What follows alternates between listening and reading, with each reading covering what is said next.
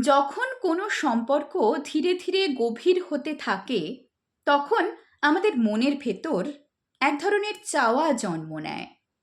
আমরা চাই প্রিয় মানুষটা আমাদের জন্য সময় দিক, গুরুত্ব দিক, আগের মতোই প্রতি মুহূর্ত আমাদের সঙ্গে ভাগ করে নিক। এই প্রত্যাশাগুলো মুখে বলি না, কিন্তু ভেতরে ভেতরে সেই চাহিদা তৈরি হয় নিঃশব্দে। আর যখন সেই প্রত্যাশা পূরণ হয় না, তখনই জন্ম নেয় অভিমান। ছোট ছোট উপেক্ষা, সময় না দেওয়া, বদলে যাওয়া আচরণ, সব মিলিয়ে মনটা ভারী হয়ে ওঠে।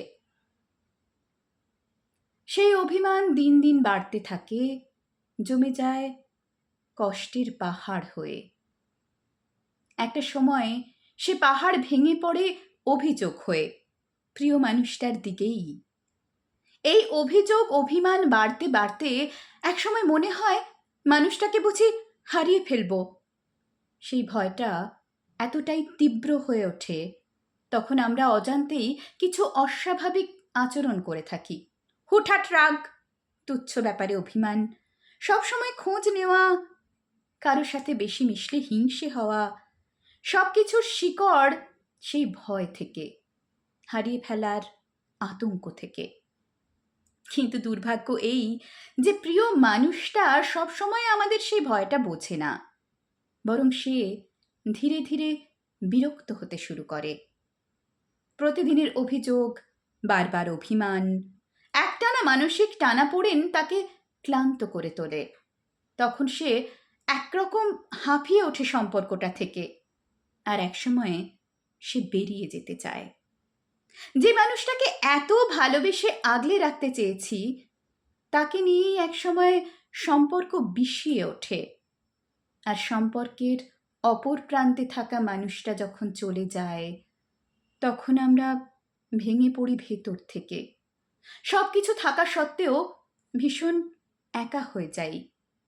এই সত্যটা খুব নির্মম যে যত গভীরভাবে ভালোবাসে, তার কষ্টটাও হয় গভীর।